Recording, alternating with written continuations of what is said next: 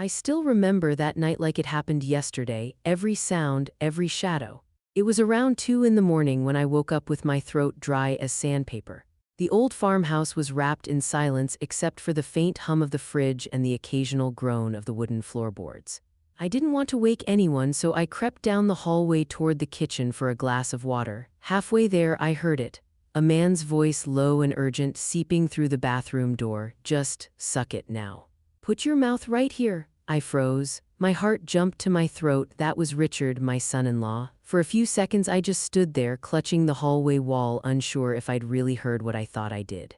My daughter's husband, a man I'd trusted for 15 years, whispering words that didn't belong in a married home at that hour. My breath caught as I listened again. "Suck harder, deeper, yeah, that's it." My skin went cold. I didn't hear another voice, just him. And the sounds, soft, wet noises that made my stomach twist into knots. What on earth was going on behind that door? Susan, my daughter, was asleep down the hall. She'd been exhausted lately, teaching full-time and carrying the household weight while Richard's handyman work had slowed down. She trusted him completely, and so did I. But right then, standing in the moonlit hallway, that trust started to tremble. I thought about knocking, about demanding to know what was happening. But what if I was wrong? What if there was some innocent explanation? My hand hovered over the doorknob, shaking like an autumn leaf. I couldn't do it. Instead, I stepped back, every creak of the floorboard sounding louder than my heartbeat. I returned to my room, but sleep wouldn't come. I sat on the edge of my bed, staring into the dark, those words echoing through my mind again and again. "Put your mouth right here." God help me, what had I just overheard? The night dragged on painfully slow. Every few minutes, I'd glance at the red glow of my alarm clock, 2:37, 3:15, 3:58. The house felt alive, groaning in the silence, almost as if it knew I'd heard something I wasn't supposed to. Around 3:30, the bathroom door creaked open. I heard Richard's heavy steps pass down the hall, then fade into their bedroom. When morning came, sunlight spilled through my curtains, pretending nothing had happened. But I knew. Something had changed. In the kitchen, the air smelled of coffee and pancakes. Susan was humming softly at the stove, Emily sat at the table reading, and Richard, well, he looked pale, drawn, like he hadn't slept a wink. "Morning, Mom," Susan said cheerfully. I forced a smile. "Morning, dear." Richard barely looked up. He mumbled something about passing the sugar, his hand trembling slightly as he stirred his coffee. His eyes were sunken and sweat glistened on his forehead despite the morning chill. My nurse's instincts told me something was off, but my mother's heart told me to stay quiet, at least for now. As the family chatted about school projects and weekend plans, I watched Richard. Every small movement seemed to hurt him. He winced when he shifted in his chair. He wasn't just tired, he was hiding something. But what? Whatever I'd heard last night wasn't just strange, it was wrong. Deep down, I knew this was only the beginning of something much darker. And I had no idea that what I thought was sin was actually something far worse, something that could soon cost Richard his life. The morning after that strange night dragged on like thick syrup. Everyone was pretending it was just another normal day, everyone except me. Susan was her usual cheerful self, chattering about Emily's school concert, the science fair, and some new student who'd brought a snake for show and tell. Emily sat quietly, spooning cereal into her mouth while sneaking smiles at her father. And then there was Richard, pale, quiet, and uneasy. I couldn't stop staring at him. The man who once filled every room with laughter now sat slouched over his coffee like a shadow of himself. His hand trembled as he lifted the mug, and when he got up from the table, I noticed it, a limp, subtle but unmistakable. "Everything okay, honey?" Susan asked, touching his shoulder. He flinched, then forced a smile. "Just tired, didn't sleep well." I watched her eyes soften with love and concern. She wanted to believe him, and maybe she did. But I knew better. I'd worked as a nursing assistant for nearly 30 years before retiring. I could tell when someone was hiding pain. After breakfast, Susan left for school and Emily ran to catch the bus. That left just me and Richard alone in the house. Normally that wouldn't bother me, but now the silence between us felt heavy. "I'll be out in the shed," he muttered, avoiding my eyes. I nodded, pretending to busy myself with dishes as I watched him limp toward the back door. Every step seemed to hurt him. When he thought I wasn't looking, he reached for his right ankle, grimacing before putting weight on it again. As the screen door slammed shut, I dried my hands and stood there, my mind spinning. Something was seriously wrong. He wasn't cheating, I could feel that now. Whatever I'd heard in the bathroom last night wasn't what it had sounded like. But what was it? I waited until I saw him disappear into the shed, then decided to do a little grandmotherly investigating. I'm not proud of it, but sometimes curiosity saves more than it ruins. The bathroom looked ordinary at first glance. Towels neatly hung, toothbrushes lined up, nothing out of place. But when I lifted the lid on the small trash bin, my heart skipped. Beneath the tissues were folded pieces of gauze stained with dark yellowish fluid streaked with red. My stomach twisted. That wasn't blood, it was drainage. Wound fluid. I pushed a few aside, instantly recognizing the faint, sour-sweet odor that clung to them. Infection. My hands shook as I replaced everything and checked under the sink. Hidden behind the cleaning supplies was a plastic bag filled with gauze rolls, tape, antiseptic solution, and syringes. The kind used to flush deep wounds. It hit me then, Richard was hurt. Badly. And from the looks of it, he was treating himself in secret. Why not tell Susan or go to a doctor? As I stood there, the faint smell of rubbing alcohol mixed with something metallic lingered in the air. Whatever he was hiding, it wasn't small. Later that afternoon, Susan came home looking tired and distracted. She moved around the kitchen mechanically, her eyes flicking toward the window every so often. "Everything all right, sweetheart?" I asked. She hesitated, then sighed. "I don't know, Mom. Richard's been different lately, distant, quiet. I can't figure out what's going on." I wanted to tell her everything about the limp, the gauze, the syringes, but something held me back. Not yet, not until I knew exactly what I was dealing with, so I smiled softly and said, "Maybe he's just under the weather. Men don't always talk about what's really bothering them." She nodded, but her eyes stayed clouded with worry. As night settled again, I couldn't shake the feeling that something terrible was unfolding under this roof, something none of us were ready for. And when I found out what Richard was hiding, I wished to God I'd never gone looking. The next 2 days were the longest of our lives. Richard lay in the hospital bed surrounded by machines that beeped and hissed softly, keeping time with his shallow breaths. His skin was still pale, but the fever had finally broken. The doctors said he was responding to the antibiotics. Susan barely left his side. She sat there for hours, holding his hand, whispering things only he could hear: apologies, prayers, promises. Sometimes she cried quietly and I'd pretend not to notice, giving her the space she needed. When he finally opened his eyes, it was like the whole world took a breath. He looked around weakly, disoriented, until his gaze found Susan. "Hey," he rasped, his voice thin but alive. Susan laughed through tears. "Hey yourself." She pressed his hand to her cheek. "You scared us half to death, you idiot." A faint smile tugged at the corner of his mouth. "Guess I'm tougher than I thought." "You're lucky," she said softly, brushing hair from his forehead. "The doctors said another day and you wouldn't be here." His eyes flickered toward me. "Dorothy," he said, "I'm sorry." I shook my head. "No, Richard, don't apologize. Just focus on getting better." He blinked slowly, his eyes glassy with exhaustion. "You saved my life," he whispered. "Both of you." Susan squeezed his hand. "We almost lost you because you were too proud to ask for help. No more secrets, okay? Not ever again." He nodded weakly, eyes closing again. The machines hummed softly, steady and calm. In that moment, something in the air shifted like a storm that had finally passed, leaving everything raw but clean. Over the next week, his strength began to return. He could sit up, talk, even joke a little. The doctors were hopeful, though the damage to his foot meant months of recovery ahead. He'd need therapy, careful monitoring, maybe even a cane for life. But he was alive, and that was enough. When Emily was finally allowed to visit, she tiptoed into the room, clutching a handmade card that said "Get well soon, Daddy," in bright purple letters. He smiled when he saw her, tears filling his eyes. "That's beautiful, Pumpkin." She climbed onto the chair beside his bed. "Grandma said you were very brave," she said proudly. "But I think you were also very silly." We all laughed, a sound that felt like sunlight after a long winter. That night, back at the farmhouse, I sat alone on the porch, the cool air brushing against my face. The stars stretched above me, quiet and endless. So much had happened inside those walls: fear, guilt, pain, but also love. The kind of love that survives even when everything else breaks. I thought about Harold, my late husband, how he'd hidden his heart pains until it was too late. And now Richard had nearly done the same. Pride, I realized, was a disease of its own, slow, invisible, and deadly. I closed my eyes and whispered a silent prayer. Let this family learn. Let them hold each other tighter, speak sooner, forgive faster. The screen door creaked open behind me. Susan stepped out, her hand resting gently on her stomach. "He's sleeping," she said softly. "Stable. The doctors say he'll make a full recovery." I smiled. "That's all that matters."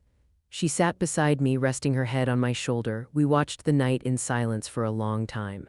Somewhere in the distance, an owl called, the same sound that had filled the night when everything began. But now it didn't sound lonely. It sounded alive. The morning after that unsettling night, I couldn't stop staring at Richard. He looked like a ghost wearing my son-in-law's skin. His skin had gone pale, his eyes sunken, and he kept shifting in his chair like he couldn't find a comfortable way to sit. When Susan asked him how he'd slept, he muttered, "Didn't sleep great," without even looking up. She brushed it off, assuming he was just tired, but I saw more than fatigue. I'd been a nurse's aide for 30 years. I knew the look of a man in pain. After breakfast, Susan left for school, Emily caught the bus, and I was left alone with him. Normally, that wouldn't bother me. Richard was always polite, always the kind of man who'd fix a fence or carry groceries without being asked. But today, the air between us felt thick with tension, like we were both pretending not to know something. He grabbed his old work boots, limping slightly as he headed for the door. "Think I'll get some work done in the shed," he said, keeping his eyes on the floor. I noticed how his right foot barely touched the ground. It wasn't just a limp, he was guarding it. "Richard," I said softly, "you sure you're all right?" He stiffened at the door. "Just twisted my ankle last week, I'm fine." A lie, I could hear it in his voice. He hadn't worked in weeks, I knew that much. He'd been pretending to leave for jobs that no longer existed. After he disappeared into the shed, I stood at the sink, washing dishes and staring out the window. He moved slow, deliberate, almost dragging his foot as he went. Something was wrong, and whatever it was, he was hiding it from Susan. I told myself to mind my business. But curiosity has a way of eating at you, especially when your gut says danger is close. So when Richard stayed outside, I did what any mother would do when something doesn't add up. I started looking for answers. The bathroom from last night was my first stop. Everything looked normal, towels neatly folded, toothbrushes lined up, but the trash can was fuller than usual. I almost walked past it, then noticed a faint, metallic smell. When I pushed aside some tissues, I saw something that made my heart lurch. Gauze pads, soaked in a dark yellowish fluid streaked with red, not fresh blood drainage, wound drainage. "Oh Lord," I whispered. My stomach twisted as the puzzle pieces began to click into place. Under the sink, shoved behind cleaning supplies, I found more bottles of hydrogen peroxide, medical tape, and even a small pack of syringes, the kind used to clean deep wounds. Whatever was going on, Richard wasn't having some secret affair. He was treating something serious and doing it himself. When he came back inside later, his face was clammy, his shirt sticking to his back with sweat. I watched him move through the kitchen, trying to act normal, and I realized I was no longer angry, I was scared. He was hiding pain, infection, and maybe something much worse. And I knew one thing for sure. If I didn't figure out what was really happening, my daughter's family could fall apart before her eyes. But I had no idea that the truth I was searching for wouldn't just shake our family, it would nearly destroy it. That afternoon, I tried my best to keep busy, folding laundry, sweeping floors, anything to distract my mind from what I'd found. But every creak of the house seemed to whisper Richard's secret back at me: gauze pads, syringes. That awful smell, I knew an infection when I smelled one. After 30 years in nursing homes, I could identify the scent of trouble a mile away, sharp, sour, and faintly sweet. The kind of smell that meant something was rotting, even if the person wouldn't admit it. When Susan came home from work that day, I watched her closely. She looked tired but not worried, at least not yet. "Everything okay, Mom?" she asked as she set her purse down. I smiled, the kind of smile that hides more than it shows. "Just a little tired, dear. Richard's been acting strange lately," she said quietly, glancing toward the shed. "He's distant, won't talk to me, sometimes he even locks the bathroom door. I think he's keeping something from me." My heart squeezed. She wasn't wrong, but how could I tell her the truth when I didn't fully understand it myself? Men can be stubborn, I said carefully. Sometimes they think keeping things to themselves makes them stronger. She sighed, running a hand through her hair. I'm starting to think he doesn't want me anymore. Her voice cracked when she said it, and for a moment she wasn't the grown woman who ran a classroom. She was my little girl again, fragile and scared. Before I could comfort her, she took a deep breath and said something that froze me to my core. There's something else, Mom. I found out last week I'm pregnant. Pregnant, my breath caught. My daughter was carrying a baby while her husband was wasting away in silence. She wiped her tears and whispered, I haven't told him yet. He's been so distant, I'm scared of how he'll react. I hugged her tightly, feeling her shoulders tremble. I wanted to tell her everything right then about the bandages, the drainage, the smell, but I couldn't. Not without proof, not without understanding how deep this went. That night I lay awake again, waiting. Sure enough, sometime past midnight I heard it, the creak of the hallway floorboards, the soft click of the bathroom door closing. Richard was at it again. I slipped out of bed, careful not to make a sound. The house was dark except for the thin strip of yellow light spilling out from under the bathroom door. Then came the sounds, liquid splashing, a low groan of pain, and Richard's strained voice. I can't take it anymore. It's too full, gotta drain it. I pressed my ear against the door, my heart pounding. He wasn't whispering the way he had that first night. This was agony. Push deeper, he grunted, voice breaking. Get it all out? And suddenly everything I'd assumed before, all those terrible thoughts, vanished. This wasn't what I thought it was. He wasn't doing something dirty or shameful. He was treating a wound, alone, in the middle of the night. I almost knocked right then, but I froze when I heard footsteps from down the hall, Susan, half asleep, heading to the kitchen for water. I backed away and slipped into my room before she could see me. My hands were trembling. My mind raced with one thought that refused to quiet. Richard wasn't unfaithful. He was sick, maybe dying. But I didn't yet realize that his secret treatment was killing him faster than the infection itself. Morning sunlight poured through the kitchen window, golden and peaceful, but inside me, everything was on edge. Richard sat at the table, staring into his coffee like it might give him the answers he was avoiding. His skin was pale, his lips dry, and his hands shook faintly when he reached for the sugar. Susan noticed too. Honey, you look awful, she said, setting down the pancake spatula. You're sweating. He forced a weak laugh. Just didn't sleep much, must have caught a bug. I stayed silent, studying him. That wasn't a bug, that was fever. I'd seen enough sick men in my nursing years to know when someone was burning up. You should take the day off, Susan said, her voice soft with concern. Can't, he muttered. The Johnson deck won't build itself. I almost told her the truth right there, that there was no Johnson deck, no job at all. But I held my tongue. She kissed him goodbye, gathered her things, and drove off to school. Emily left a few minutes later, backpack bouncing, calling out for her bus, and then it was just Richard and me.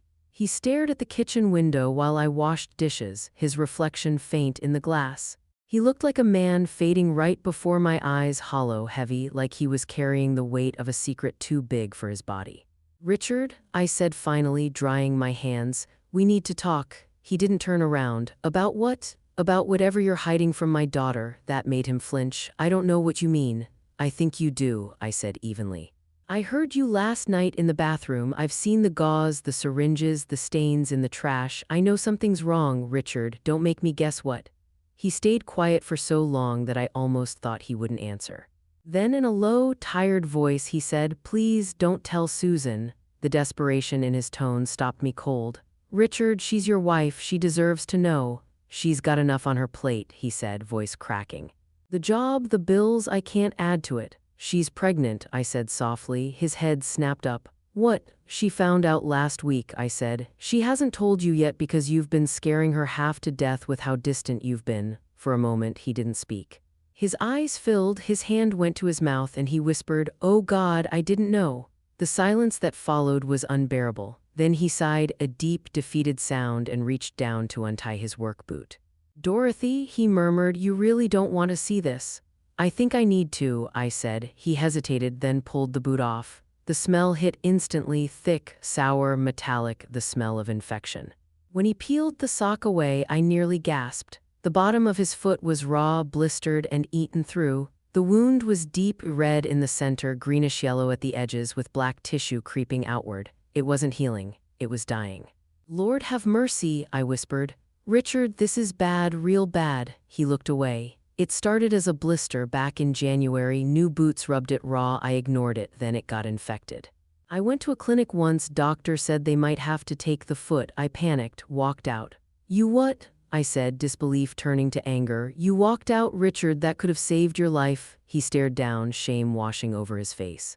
"Couldn't afford it. Insurance lapsed when work slowed down. If they amputate, I can't provide. Susan needs me to work. I can't lose that." I wanted to yell at him, shake him, something, but his words cut deep.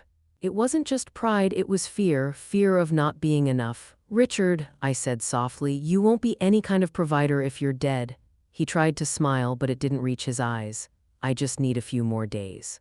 "It's getting better." It wasn't. The redness was already climbing his ankle. His pulse fluttered weakly beneath fevered skin. I knew what I was seeing, infection spreading fast. Before I could say another word, we heard the crunch of tires on gravel. Susan's car. "Quick," I hissed. "Put your sock on, now." He struggled to pull the filthy sock over his swollen foot, wincing in pain. The smell made my eyes sting, but by the time Susan opened the front door, he was sitting at the table again, pretending to read the paper. "Hey," she said, smiling, "you're home early." "Materials didn't show up," he said quickly. "Taking a half day." She leaned down and kissed his forehead. "You still feel hot." "Just tired," he murmured. As she turned away to pour coffee, I looked at him again, pale, sweating, eyes glazed with exhaustion.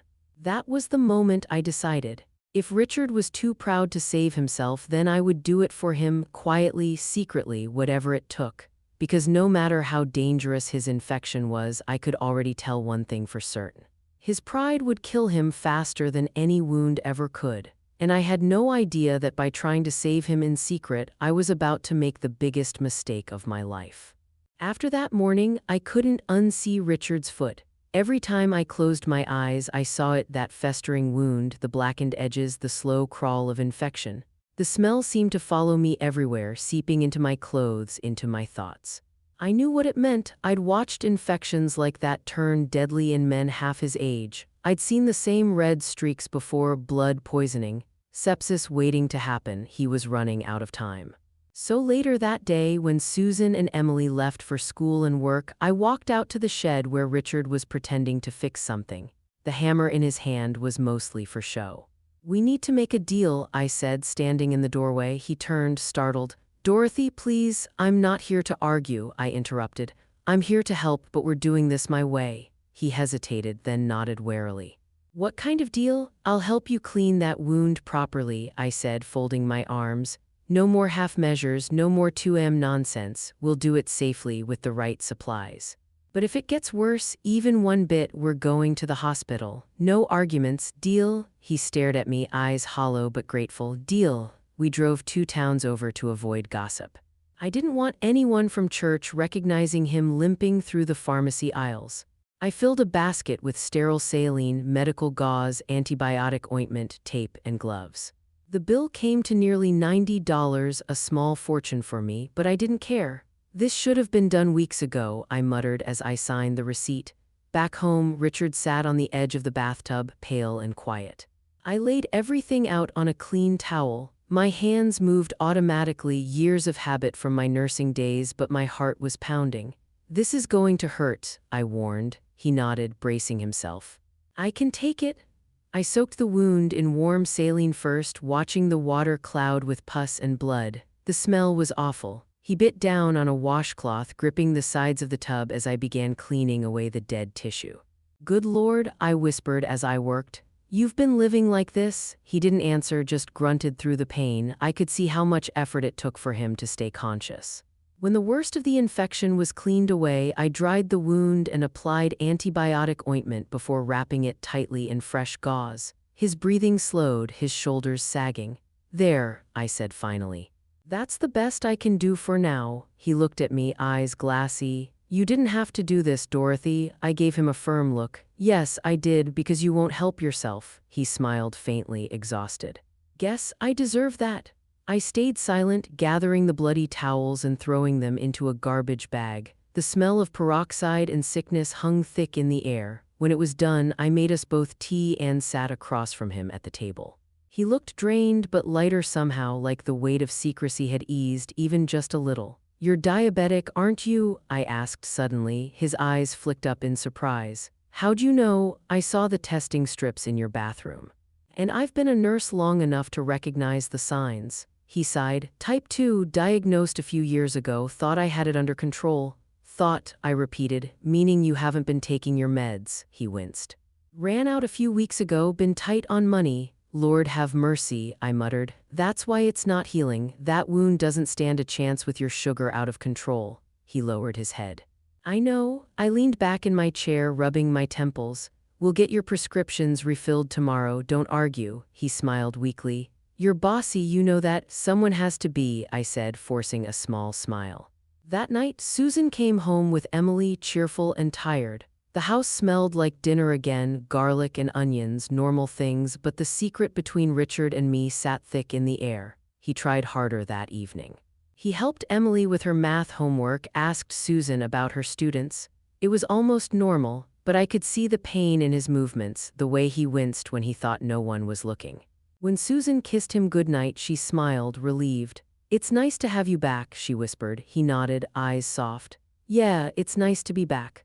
But later, when the house was dark, I found him sitting in the kitchen alone, his bandaged foot propped on a chair, sweat dripping down his temple. "You okay?" I asked quietly. He looked up, guilt and pain etched into every line of his face. "You shouldn't have to do this for me, Dorothy." I met his eyes. "Your family. That's all that matters."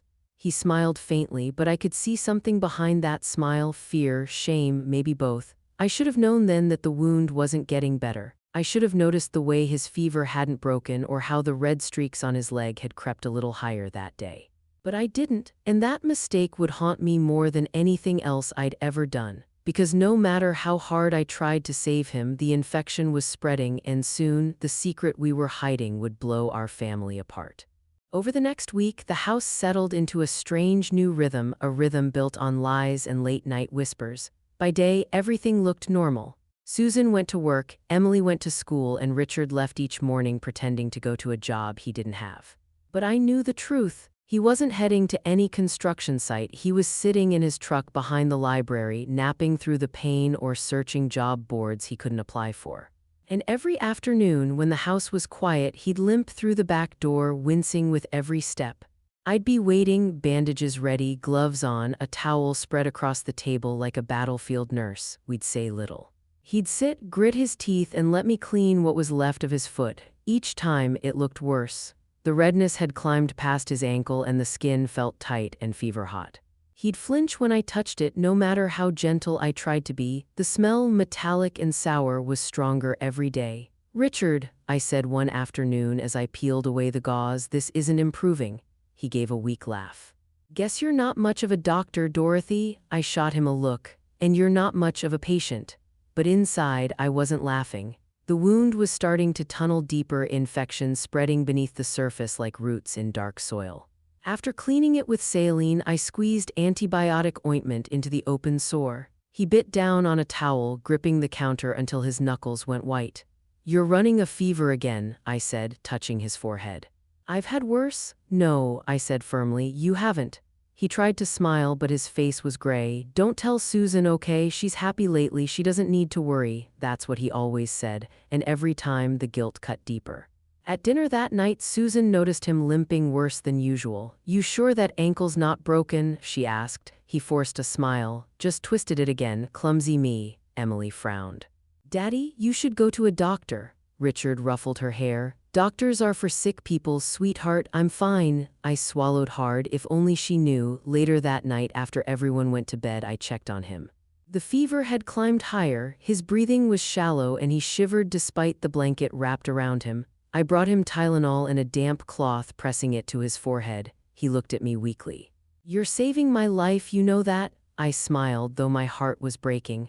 "I'm trying to." The truth was, I was starting to doubt I could. Each night, we repeated our secret ritual, the cleaning, the bandaging, the whispered prayers.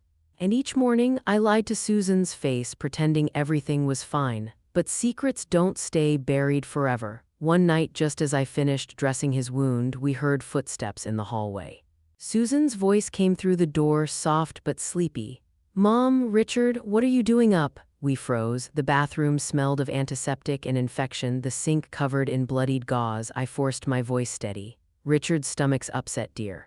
I'm helping him out. Go back to bed." She paused, and I could almost feel her suspicion through the door. Then, after a few moments, her footsteps retreated. Richard let out a shaky laugh. "That was close." "Too close," I muttered.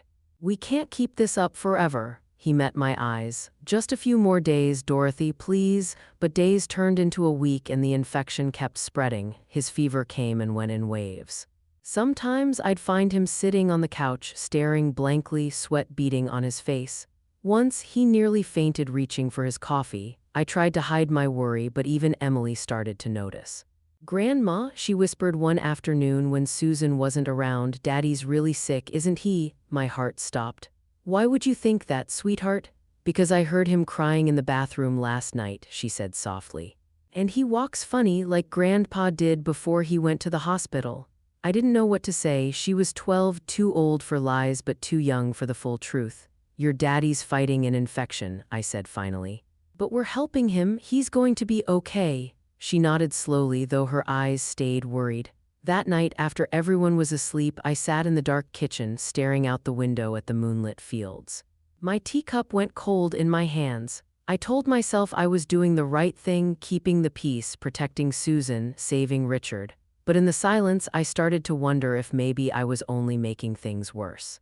If maybe my silence was killing him just as surely as his pride. And I couldn't shake the feeling that the next time Richard's fever spiked, he might not wake up again. By the third week, I knew the truth I'd been avoiding. Richard wasn't getting better, he was getting worse. No matter how carefully I cleaned, dressed, and prayed over that wound, the infection kept spreading like wildfire under his skin. The red streaks had climbed halfway up his calf, his leg was swollen, and his fever burned so high I could feel the heat through his jeans. I tried to stay calm around Susan, pretending everything was normal. I smiled at breakfast, laughed when Emily told her school stories, and helped with dinner like always. But inside, my nerves were unraveling one thread at a time. Every cough from Richard made me flinch. Every pale look, every stumble, every bead of sweat that rolled down his face felt like a clock ticking down. And yet, I kept quiet, because that's what he wanted, because that's what I promised. But secrets have a way of leaking through cracks you never see coming. One afternoon, while I was in the kitchen washing dishes, I heard the bathroom door creak open behind me. When I turned, my heart stopped.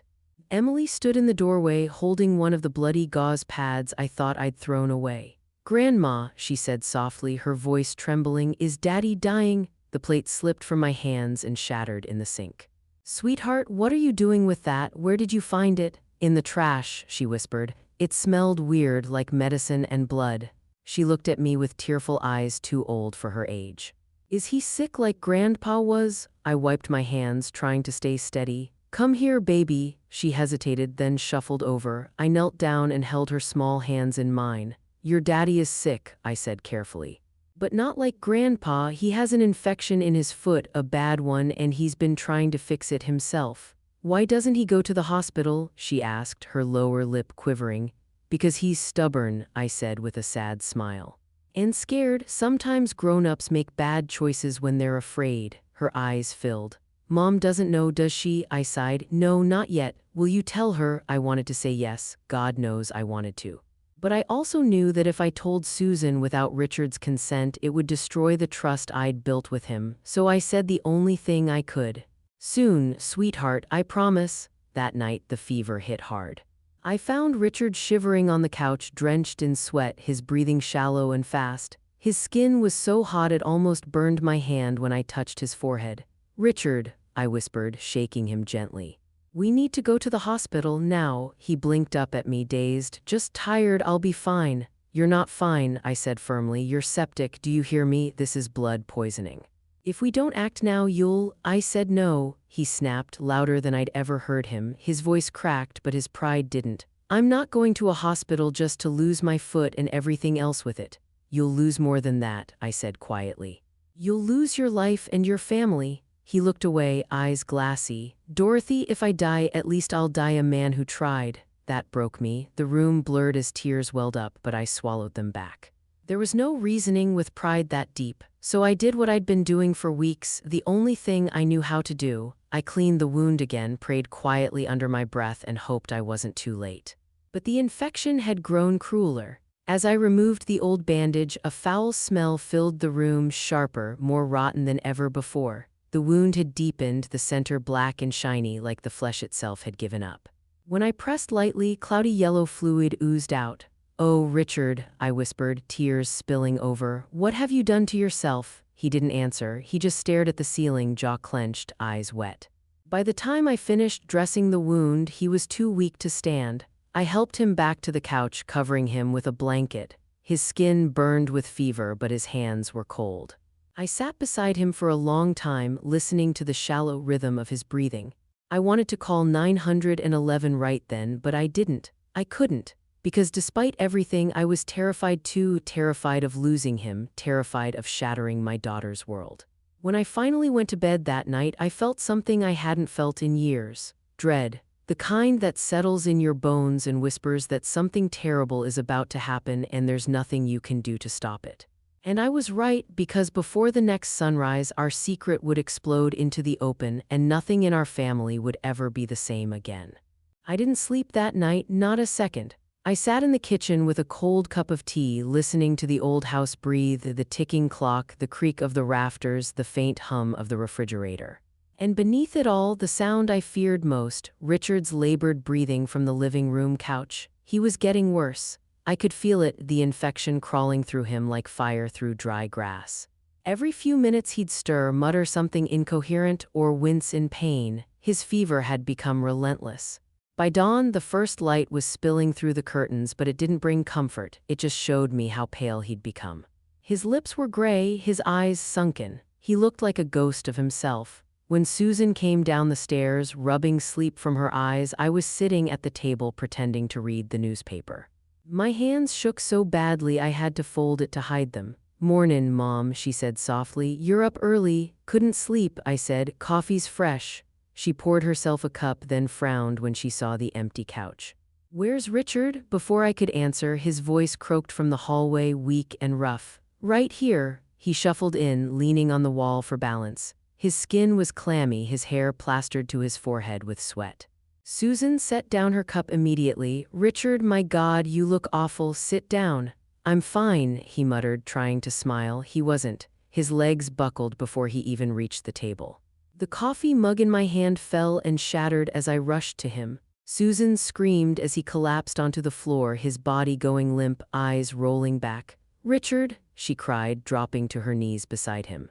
"Richard, talk to me." I was already moving, nurse mode kicking in after years of being dormant. I checked his pulse. Fast, weak. His skin burned to the touch, yet he was trembling uncontrollably. "He's septic," I said sharply.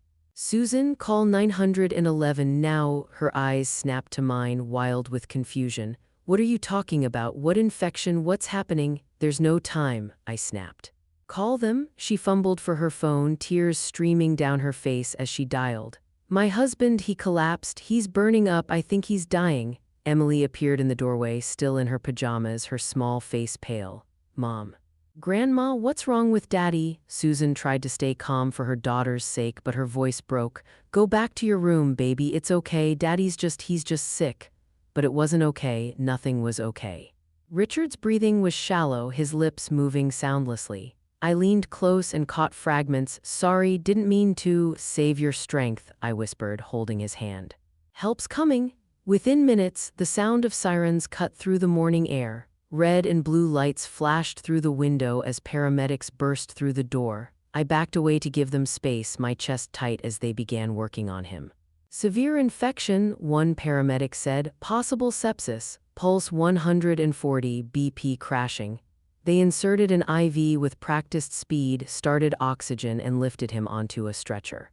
Susan followed them out the door, pale and shaking. I could barely breathe as they loaded him into the ambulance. Before the doors closed, Richard's eyes flickered open for a brief moment. He looked at Susan, his lips trembling.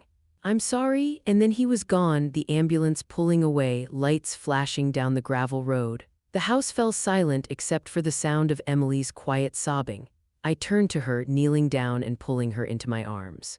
He's going to the hospital, I whispered, though my voice trembled. They'll take care of him now. She buried her face in my shoulder. Is he gonna die? No, I said quickly, but inside I wasn't so sure.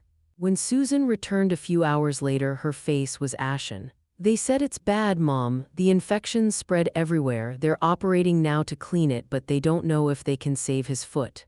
She looked at me, eyes glassy with hurt. Did you know about this? The question hit like a punch. I opened my mouth, but no words came. How could I explain the midnight cleanings, the secret pharmacy trips, the promises made in desperation? Mom, she whispered, voice cracking, how long have you known? I felt the tears break loose. Since the night I heard him in the bathroom. Her expression shattered, pain, anger, disbelief, all fighting for control. You knew and you didn't tell me. I was trying to help, I said weakly. He begged me not to. I thought I could fix it. You thought you could fix it, she shouted, her voice breaking. Mom, he could die because of this? I didn't argue. I couldn't, because deep down she was right. All my good intentions, my silence, my secrets, they'd only led us here. To hospital walls and machines keeping the man she loved alive. That night I sat beside Emily in the waiting room, her small hand clutched in mine. Susan stood by the window, staring into the dark parking lot. None of us spoke. The only sound was the steady hum of fluorescent lights and the ticking clock above the nurse's station. I prayed quietly, not just for Richard, but for forgiveness, for the pride that almost killed him, and for the silence that nearly cost us everything. But as we soon learned, the infection had taken more than just his strength. It had changed everything we thought we knew about love, sacrifice, and survival. Hospitals have their own kind of silence, not peaceful but heavy. It's the kind that hums in the walls, full of waiting and fear. We'd been sitting in that sterile waiting room for almost 4 hours. The smell of antiseptic hung in the air, and the clock above the nurse's desk seemed to tick louder with every passing second. Susan hadn't spoken since we arrived. She sat near the window, arms folded tightly, staring out into the night like she was afraid to blink. Emily had fallen asleep in my lap, her head resting against my arm. I could feel her small heartbeat against me, fast, uneven, fragile. When the doctor finally appeared, his expression said everything before his words did. Mrs. Miller, he asked softly. Susan stood up immediately, clutching the back of the chair. Yes, how is he? He's stable now, the doctor said, but we had to act quickly. The infection had spread through most of the lower tissue. We cleaned and removed what we could, but he hesitated. We couldn't save the foot. We had to amputate below the knee. Susan's hand flew to her mouth. Her knees buckled, and I caught her before she hit the floor. Tears streamed down her face, silent at first, then breaking into sobs. Emily stirred awake, confused. Mom, what's wrong? Susan pulled her close and hugged her tight. Daddy's going to be okay, sweetheart, she said between tears. He's going to be okay. The doctor gave us a few quiet moments, then added gently, he's in recovery now. He'll wake up soon, but he'll need time physically and emotionally. Sepsis takes a toll on the body. And on families too. He wasn't wrong. When we finally saw Richard, the sight nearly broke me. He lay pale and motionless, tubes snaking from his arms, machines softly beeping beside him. His right leg was gone below the knee, the blanket folded neatly where the rest of him should have been. Susan stood frozen at his bedside. She didn't cry this time, she just reached for his hand, holding it with trembling fingers. You stupid, stubborn man, she whispered. You almost left us. His eyelids fluttered. Sue, his voice was hoarse, dry, fragile. I'm sorry. Tears welled again in her eyes. You should be. I just didn't want you to see me weak, he murmured. She shook her head, squeezing his hand. Weak isn't refusing help. Weak is lying to the people who love you. He turned his head slightly toward me. Dorothy, thank you. My throat closed up. Don't thank me, Richard. I should have done more. I should have made you go sooner. He gave a faint, tired smile. You kept me alive long enough to get here. That's something. That night, while Susan stayed in the hospital room and Emily slept in a chair beside her father, I sat alone in the corridor. The fluorescent lights hummed overhead, and I found myself whispering a prayer I hadn't said in years, not just for Richard's healing, but for forgiveness. Because no matter how noble my intentions had been, silence is a dangerous kind of sin. It disguises itself as love, as protection, as patience, until it destroys what it was meant to save. When morning came, the world outside was gray and soft. Susan joined me in the hallway looking like she hadn't slept. She sat beside me quietly for a long moment before speaking. "Mom," she said softly, "I'm angry. I can't lie about that, but I know you did what you thought was right." I looked at her, surprised. "After everything, you can still say that?" She nodded slowly. "You saved him, maybe not the way I would have wanted, but you did. And maybe I needed to learn that love isn't always about comfort. Sometimes it's about doing what hurts." We sat in silence for a while, two women who had both loved the same man in different ways and almost lost him to the same mistake. Weeks later, Richard came home. The house smelled of soup and fresh linens instead of antiseptic and fear. His recovery was slow, painful, but steady. Susan helped him learn to walk with a prosthetic. Emily became his cheerleader, and I learned to let go.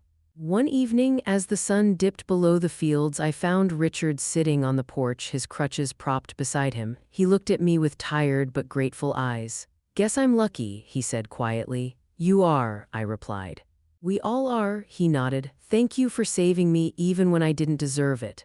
I smiled faintly, staring out at the golden horizon. "Just promise me one thing, Richard." "What's that?" "Next time, don't make Pride your doctor," he chuckled softly.